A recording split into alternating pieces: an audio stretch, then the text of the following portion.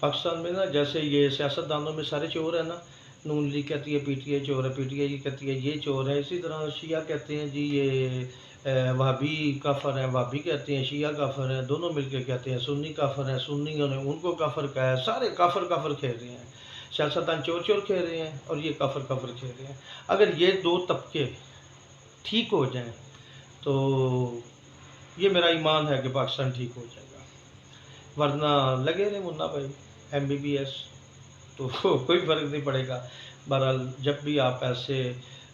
کسی بھی مولوی کو اپنے پاس سے غلط روایت بیان کرتے ہوئے سنیں تو اسے روکیں سب۔ میں تو روک لیتا ہوں یا اس کو کہتا ہوں کہ یار جو تم نے بات کی ہے اس کا پروف دو، نہیں ہوگا پروف بھائی جان، انہوں نے اپنے دادے کو سنی ہے۔ وہ پھر ایک پڑھا نا وہ انہوں نے عجیب سا سینہ بسینہ گزٹ، وہ یار سینہ بسینہ گزٹ کی ہوتا ہے کسی ریٹرن سے موجود ہے، حدیثیں اپنے پاس سے گڑھ لی ان لوگوں نے، اللہ تعالیٰ معاف کرے، حدیثیں اپنے پاس سے گڑھ لیں، اور وہ جو حدیث یہ بیان کر جاتے ہیں وہ نہ مسلم میں ہوتی ہے نہ بخاری میں ہوتی ہے، کسی کتاب میں نہیں ہوتی۔ میں نے خود تحقیق کی، میری عادت ہے کہ میں جب کسی بھی علماء کرام کی کوئی تقریر سنتا ہوں جو حوالہ جات دیتے ہیں وہ نوٹ کر لیتا ہوں، اور نوٹ کرنے کے بعد وہ میں ری چیک کرتا ہوں تو الحمدللہ 70% فیک ہوتے ہیں۔ آپ خود ٹرائی کیجئے گا۔ یعنی ہم لوگوں نے مدرسے میں وہ بچے جاتے ہیں جن کے گھر والوں کے پاس بیچاروں کے پاس ان کو پڑھانے کے لیے کھانے پینے کے لیے بھی کھلانے کے لیے پلانے کے لیے کچھ نہیں ہوتا، لوگ کیا کرتے ہیں اپنے بچوں کو مدرسے میں بھیج دیتے ہیں، اس بچے کو اپنی مرضی کے مطابق یہ لوگ ٹرین کرتے ہیں بناتے ہیں،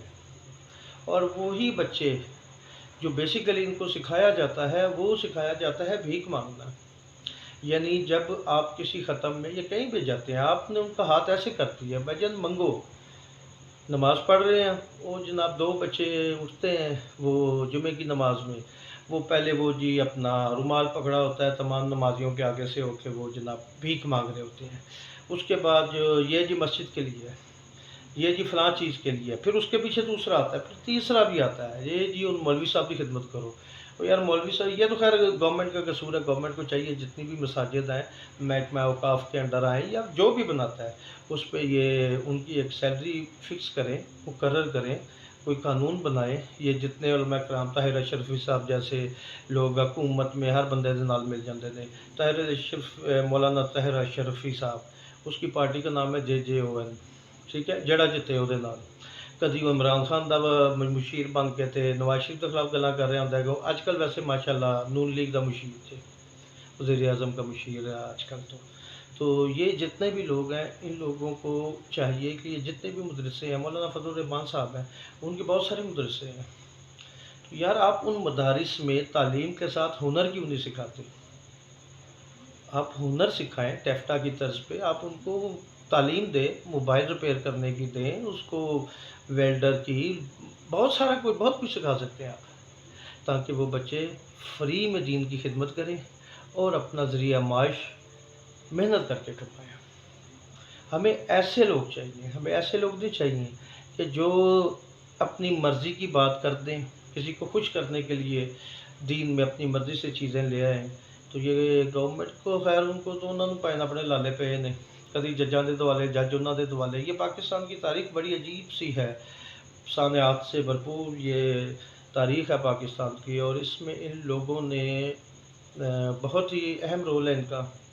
مولوی حضرات کا بھی، اور پاکستان کا آئین بنانے میں بڑا کلیدی کردار ادا کیا ہے انہوں نے، مگر یہ جیسے جیسے فرقے بنتے گئے، مدارس بنتے گئے، ابھی ان کو یہ چاہیے جو بھی اس وقت وزیر مذہبی امور ہو اس کو یہ چاہیے کہ اس پہ کام کرے، مولانا فضل الرحمان صاحب، جماعت اسلامی والے، جتنی بھی مذہبی تنظیمیں ہیں، خدا را اس چیز کا اہتمام کریں کہ آپ فنی تعلیم لازمی دیں اپنے مدرسے میں، کیونکہ آپ کے پاس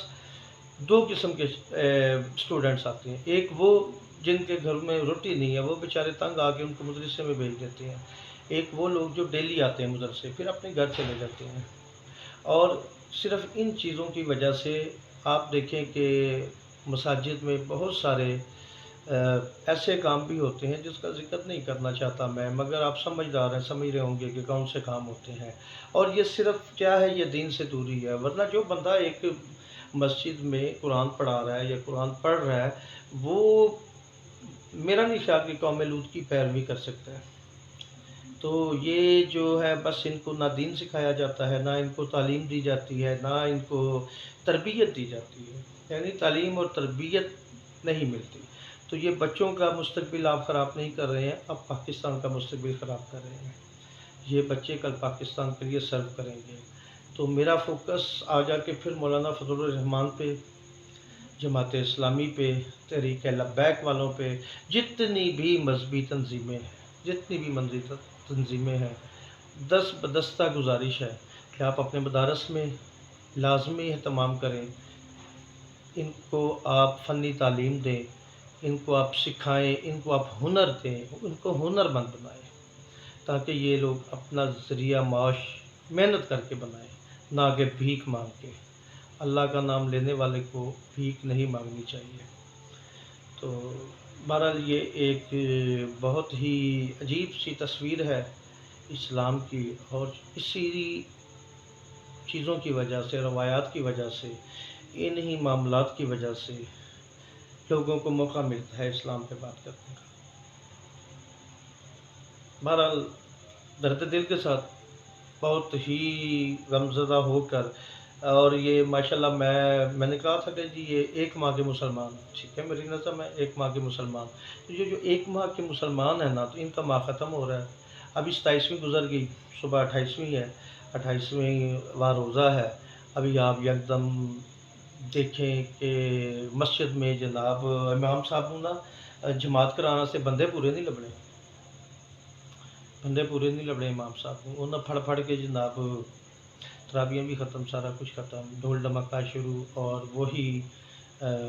خیر کیا کہیں، آپ زیادہ سمجھدار ہیں مجھ سے۔ اور دوسرا یہ ہے کہ جو موجودہ سیاسی صورتحال ہے اس پہ تو بات کرتے ہوئے شرمندگی محسوس ہوتی ہے، کیونکہ آپ کا ٹائم ضائع ہوگا، ایک ہی بکواس، نہ ان کو شرم آئی ہے کہ رمضان میں ہم کچھ کر لیں، ججز ہوں، جرنل ہوں، جو بھی ہوں، روز نیا مسئلہ، روز نئی بات، روز نیا رونا، عوام کو پرواہی کو نہیں ہو پائے، عبادت سے لگے نہیں یا جدھر بھی لگے نہیں، کوئی پرواہ نہیں ہے۔ بہرحال ہمیں ضرور ہے اور ہم اس پہ بات کرتے رہیں گے۔ اجازت دیجیے گا، اللہ حافظ۔